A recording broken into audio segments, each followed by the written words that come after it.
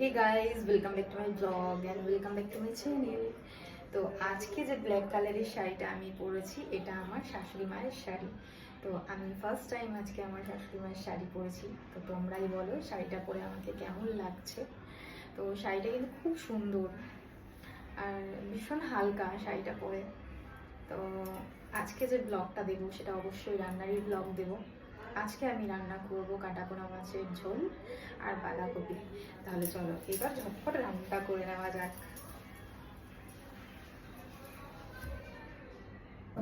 বাঁধাকপি করার জন্য আমি এখানে বাঁধাকপিগুলোকে কেটে নিয়েছি। এবার আমি বাঁধাকপিটা বসিয়ে দেবো। আমি বাঁধাকপি করব, তারপরে করব মাছের ঝোল।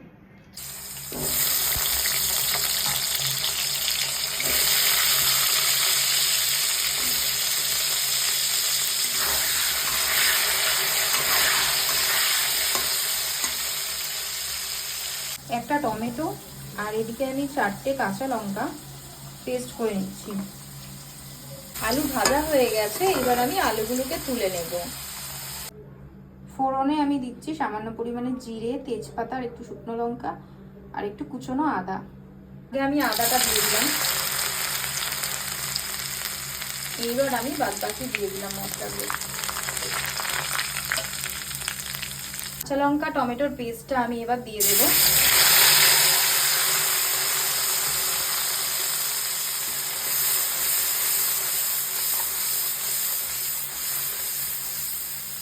দিয়ে দেবো সামান্য পরিমাণে হলুদের গুঁড়ো, সামান্য পরিমাণে জিরের গুঁড়ো, সামান্য পরিমাণে ধনের গুঁড়ো, দেবো পরিমাণ মতন লবণ।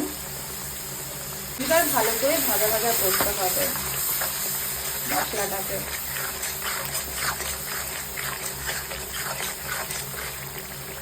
মশলা ভাজা ভাজা হয়ে গেছে, তেলও উঠে এসছে। এবার আমি বাঁধাকপি দিয়ে দেবো।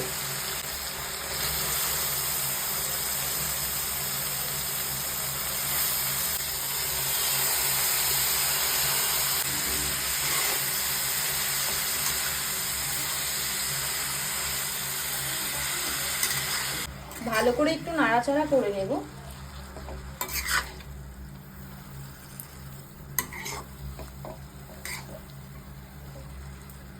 বাঁধাকপিটাকে আমি 10 মিনিটের জন্য ঢাকা দিয়ে দেব।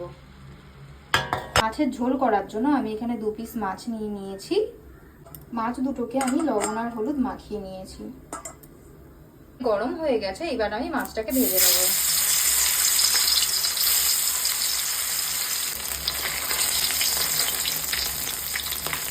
করার জন্য আমি এখানে আলু নিয়ে নিয়েছি। যেহেতু আমি মাছটা পেঁয়াজ দিয়ে করব তার জন্য আমি কিছু পেঁয়াজ কেটে নিয়েছি।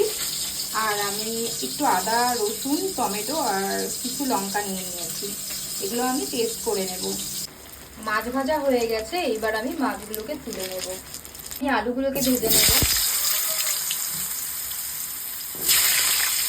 ভাজা হয়ে গেছে, এবার আমি আলুগুলোকে তুলে নেব। আমি ফোড়নে দিচ্ছি 2টো এলাচ, একটু দারচিনি, সামান্য পরিমাণে জিরে আর একটু তেজপাতা। এবার আমি পেঁয়াজটা দিয়ে দেব।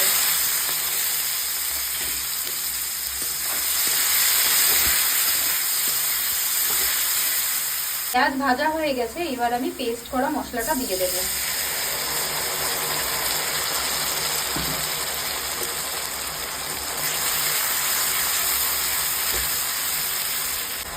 দিয়ে দেব সামান্য পরিমাণে হলুদের গুঁড়ো, দিয়ে দেব সামান্য পরিমাণে ধনের গুঁড়ো, দিয়ে দেব সামান্য পরিমাণে জিরের গুঁড়ো, এখন মতন লবণ দিয়ে দিলাম। এবার ভালো করে ভাজা ভাজা করতে হবে। ভালো করে একটু কষিয়ে নেব।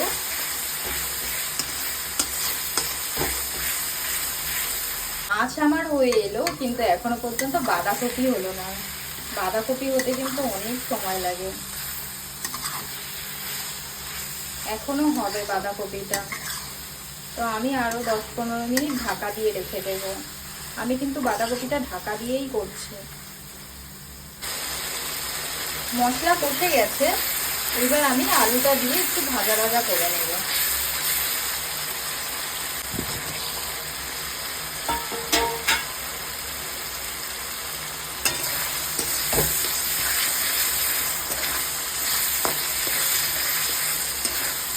হালকা কষিয়েই আমি জল দিয়ে দেবো। বাঁধাকপিটা হয়ে এসছে, এবার আমি আলুগুলো দিয়ে দেবো।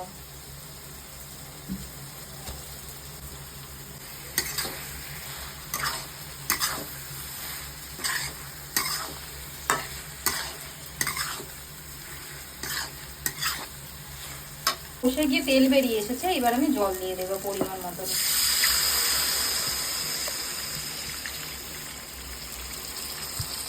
ফুটে গেছে, এবার আমি মাছগুলোকে দিয়ে দেবো।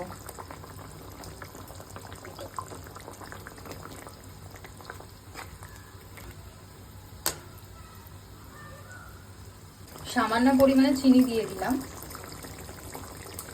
এবার সামান্য পরিমাণে গরম মশলা দিয়ে দেব।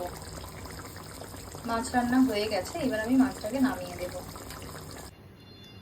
এখনো আমার বাঁধাকপি রান্না হয়নি, কিন্তু এদিকে আমার বাঁধাকপি হতে হতে মাছ রান্না হয়ে গেছে। পরিমাণ মতন চিনি দিয়ে দিলাম, আমি একটু চিনিটা বেশিই দিলাম, কারণ চিনিটা আমরা একটু বেশি খাই তাই। ভালো করে নেড়ে নেব।